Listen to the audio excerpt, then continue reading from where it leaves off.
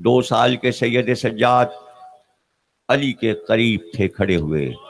علی نے گود میں بٹھا لیا اور پھر کہا حسین یہ سارے تبرکات اپنے بیٹے علی ابن الحسین کے سپرد کرنا. پھر اپنے پوتے سے مخاطب ہوئے اور کہا بیٹا کربلا میں یہ سارے تبرکات تم کو حسین سپرد کریں گے.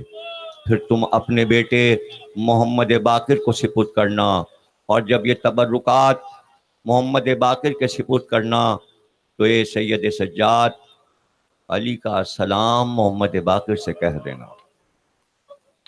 یہ ہے گھرانہ، یہ ہے رسالت اور امامت کا گھرانہ، یہ ہیں اس گھر کے آداب، یہ ہیں اس گھر کے واقعات.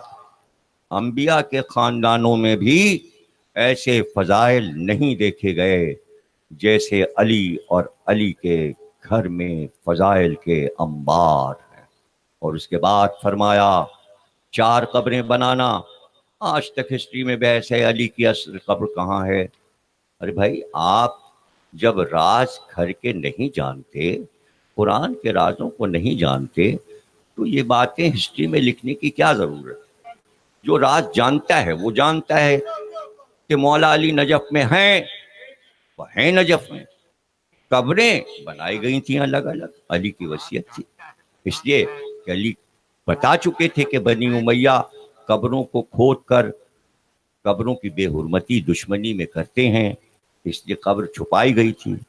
ازبق بن نباتہ کو بھی علی نے بتا دیا تھا، اور جب امام حسن اور امام حسین کو ازبق بن نباتہ نے بتایا تو کہا شہزادوں جیسے آپ کو قبر کا پتہ ہے، 4 اور اصحاب کو علی نے بتایا ہے، اس لیے کہ آپ لوگ واپس مدینے چلے جائیں گے، لیکن یہاں قبر کا راستہ زائروں کو بتانے کے لیے ہم لوگ پوشیدہ طور پر قبر بتاتے رہیں گے.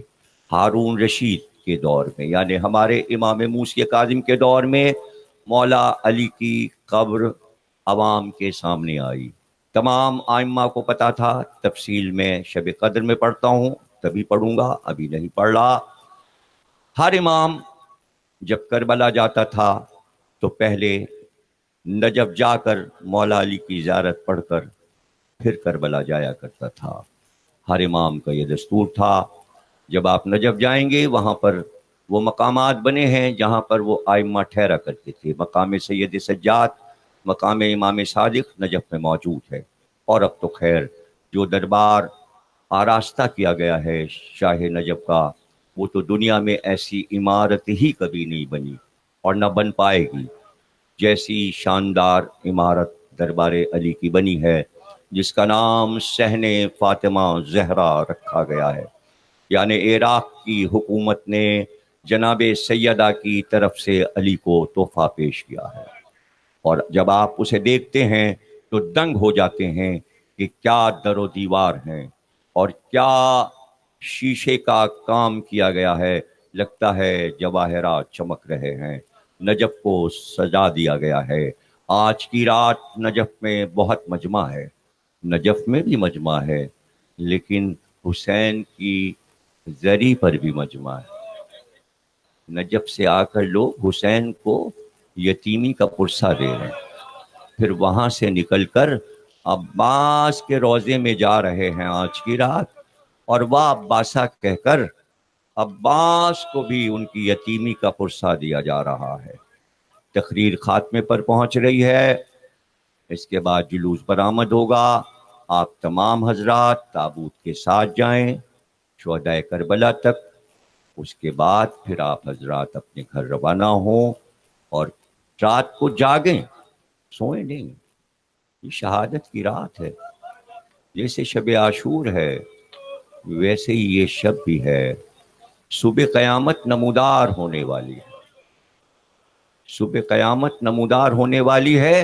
اور 1-2 منظر صبح کے بتا کر تقریر کو تمام کرتا ہوں. ایک بار پردہ ہلنے لگا. آپ نے آواز دی زینب اب کوئی نہیں ہے، سب جا چکے، پردے سے باہر میرے پاس آؤ.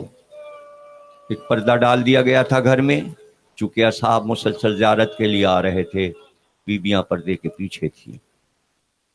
زینب میرے پاس آؤ، قریب بلایا، زینب کا سر اپنے سینے پہ رکھ لیا۔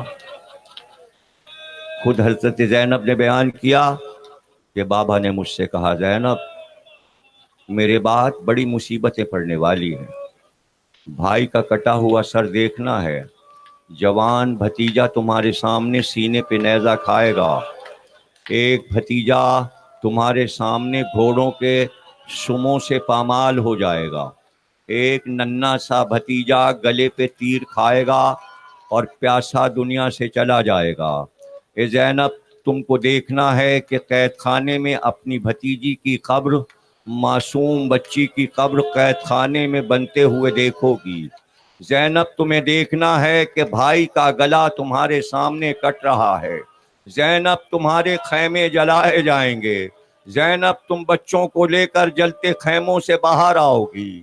اے زینب بیبیوں کی نگراں اب تمہیں ہوگی، لیکن زینب ایک بڑی مصیبت پڑنے والی ہے، کھلے ہوئے بھرے ہوئے دربار میں تم کو کھلے سر کے ساتھ لایا جائے گا، تمہارے ہاتھ پشت گردن سے بندھے ہوں گے اور تازیانے مار کر کھینچتے ہوئے تمہیں ظالم اور فاجر کے سامنے لے جائیں گے۔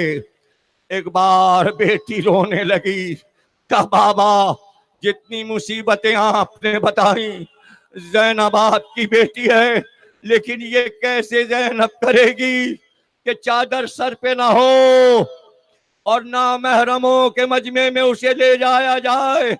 تو علی نے کہا زینب جب بابو ساتھ پہ پہنچنا تو مجھے آواز، سینے پہ ہاتھ ماریں، ماتم کریں، پرسا دیں، اور اس کے بعد علی نے فرمایا کہ حسن جب قبر کے لیے مٹی ہٹاؤ گے تو قبر تیار ملے گی، اس پہ لکھا ہوگا کہ طوفان نوح سے 800 برس پہلے نوح نے یہ قبر وسیع مصطفیٰ کی اپنے ہاتھ سے بنائی تھی، تمہیں قبر نہیں بنانا پڑے گی، اور قبر تیار ہوگی، قبر کے کنارے حسن اور حسین، صرف تم میری لاش کو قبر میں اتارنا، لیکن جب لاش کو اتارنے لگنا تو جھک کر دیکھ لینا۔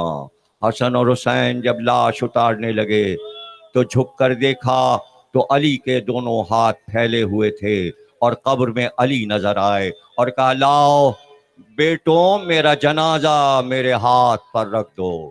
زمانے میں کسی نے اپنا جنازہ نہیں اٹھایا، یہ اسی لیے علی کو مظہر العجائب کہتے ہیں کہ علی علی علی زندہ تھے، علی زندہ ہیں۔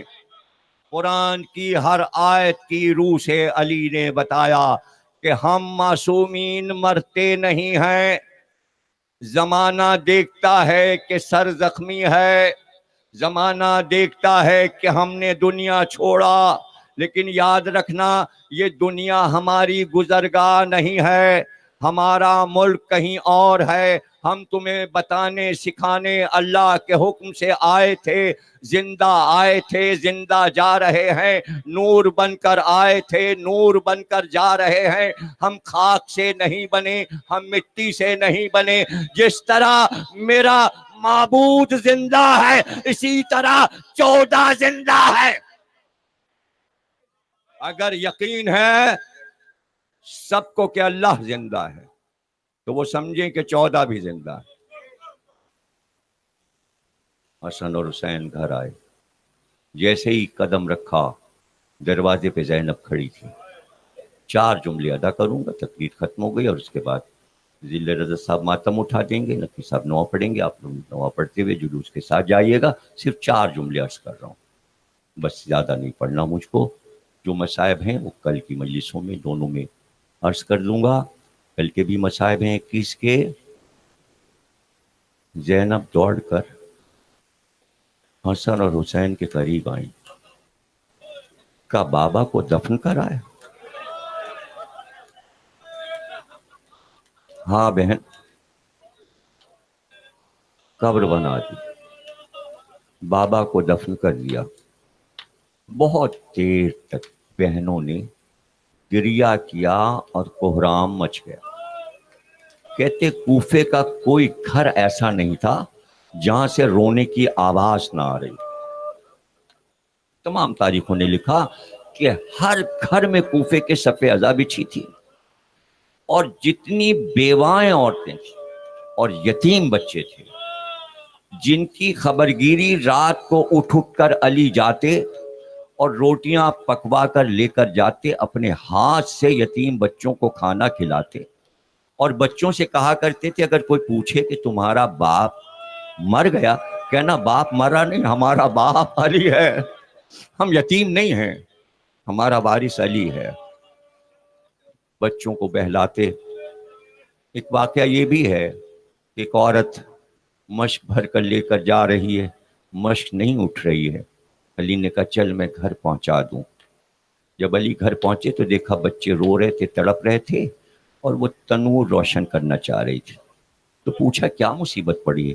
کہا میرا شوہر علی کے ساتھ صفین گیا تھا، مارا گیا، اب نہ بچوں کا سرپرست رہا، نہ کوئی بچوں کا دیکھنے والا ہے، خود ہی مزدوری کرتی ہوں، خود ہی روٹی پکاتی ہوں.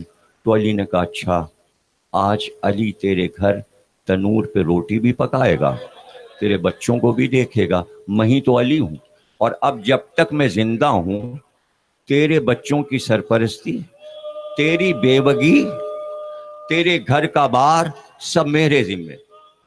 یہ ہے کریم رحیم علی.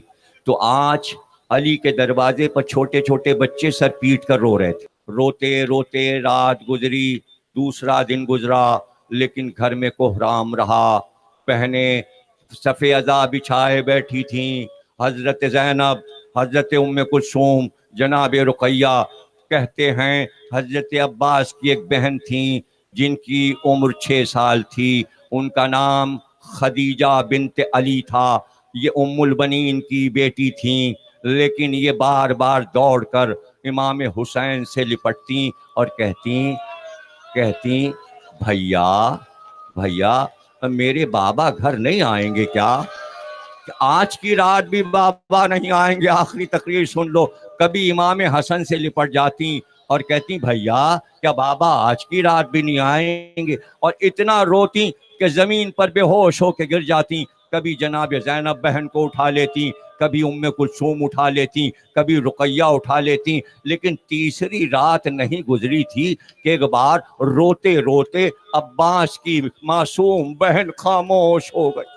اب جب مسجد کوفہ کے سامنے جانا تو ایک روضہ بنا ہے، اس پہ لکھا ہے خدیجہ بنت علی، ضرور زیارت کرنا. یہ بچی باپ کو یاد کرتے کرتے تیسرے دن خاموش ہو گئی. حسن اور حسین نے اس کو لے جا کر مسجد کوفہ کے سامنے قبر بنائی. بھائی بھی روئے، بہنیں بھی روئیں. میں ہاتھ باندھ کر کہوں گا خدیجہ بی بی باپ کی یاد، باپ کی موت برداشت نہ ہوئی، آئیے کربلا میں سکینہ. ارے آپ کے منہ پر کسی نے تماچے تو نہیں مارے، کسی نے گلا تو نہیں باندھا. خدیجہ بی بی کربلا آئیے، باپ کو یاد کرنے والی بچی پکار رہی تھی اے چچا عباس، اے چچا عباس، ماتا